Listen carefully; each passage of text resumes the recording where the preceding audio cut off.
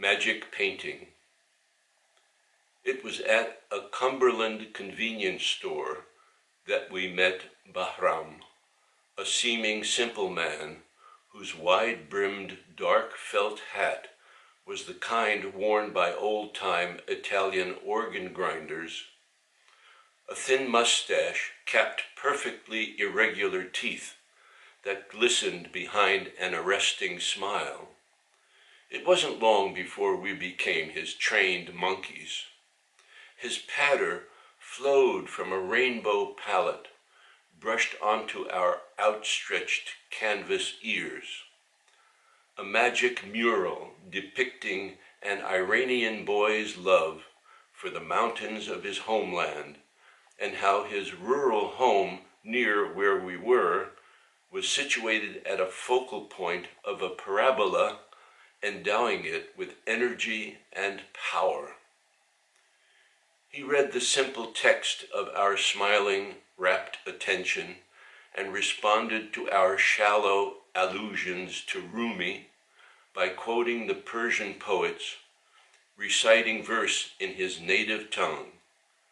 Chick-a-shick, chick-chick, he said, illustrated their ingenious use of words to duplicate the sound of the sword slicing open its victim's shirt, then piercing his chest. Sporting a delicious smile in anticipation of our ignorance, he asked if we knew the origin of clinking wine glasses. Seeing our raised eyebrows, he delighted, "It is a gift from Omar Khayyam, who observed, when we drink wine, we can taste it, we can feel it, we can smell it, we can see it, but we cannot hear it. And that, my friends," he exulted, "is why we clink wine glasses, so we can experience the wine with all 5 senses."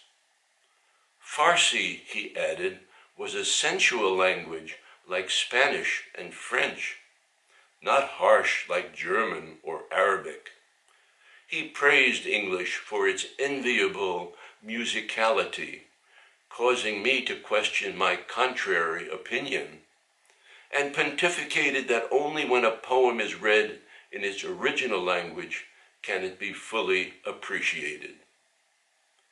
He smiled as he wrote his phone numbers on a scrap of paper, paying no mind to the sleeve tugs of his sub-teen daughter, who begged him to break away so she and her friend could be taken to the big city for shopping and sweet treats. Later, my wife told me that as we were leaving the store, she saw him beam a warm greeting to a young man there, a beaming much like the one he put on our faces, having found a winning friend and mentor. After Bahram and his girls left in their Mercedes, we floated out of the parking lot in our SUV, traveling roomy-eyed toward our motel down the road. Our reverie was interrupted by an insistent honking behind us, coming from what looked like an old Nissan Sentra, whose flashing headlights convinced me to pull over and park. The Sentra, too, pulled over and parked a respectful distance behind us. I got out, and despite a shudder of apprehension at becoming a victim of misplaced trust, walked back to meet the honker, a short, stocky young man wearing old work clothes and a serious expression emerged from the car, extending a friendly hand. He apologized for the desperate way of getting our attention and said, "I saw you with Bahram in Cumberland's just now, and how you seemed charmed by his smooth way of talking. That's how he got me to trust him, but I found out the hard way that he isn't what he pretends to be. I did a painting job for him, and he stiffed me for a lot of money, and I'm not the only one he's screwed this way. I just didn't want you to get burned by his sweet talk. Did you see in Cumberland's how he had the nerve to smile at me and give me a big hello? And you probably didn't hear me, but I told him he had a hell of a nerve to act so friendly when he was robbing me of my money. I told him I'll see him in court with all the other contractors he's stiffed. $1,000 is a lot of money to lose.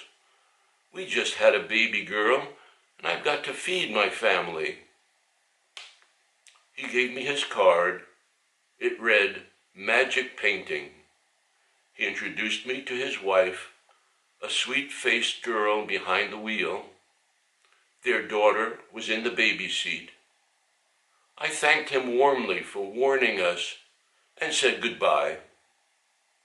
We were blessed that day with 2 magic painters, one in a dark fedora arising from a chain store snacking chair, tongue sketching a filigree of Farsi poetic friendship, the other stepping out in full bristle from an old white sedan, a young father eloquently rendering his homily on seduction, trust, and betrayal.